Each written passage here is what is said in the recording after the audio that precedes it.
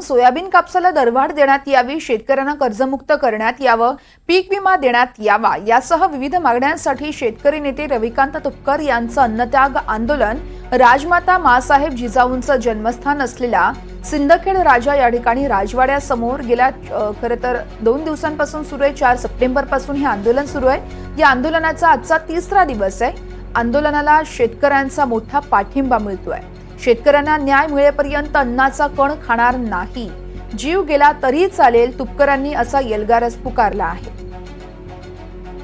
Soybean कापूस उत्पादक शेतकऱ्यांच्या हक्कासाठी मी स्वतः गेल्या 3 दिवसापासून बेमुदत अन्नत्याग आंदोलनाला मातृतीर्थ सिंदखेड राजा जिल्हा बुलढाणा जिजाऊ माँसाहेबांच्या जन्मस्थळामध्ये राजवाड्यासमोर बेमुदत अन्नत्यागाला बसलो आहे।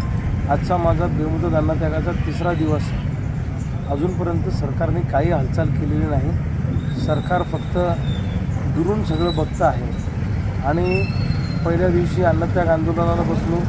काल सगळ्या महाराष्ट्रभर लोकांनी निदर्शनं केली, जिल्हाधिकारी तहसीलदारांना निवेदन दिले। आज राज्यामध्ये गावागावात प्रभात फेऱ्या काढून सरकारचं लक्ष वेधण्यासाठी शेतकरी रस्त्यावर उतरणार आहे। उद्या गणरायाचं आगमन आहे। विघ्नहर्त्यासमोर सोयाबीन कापसाची रास मांडून राज्यकर्त्यांना सुबुद्धी देण्याची प्रार्थना सगळे शेतकरी गणरायाला करतील।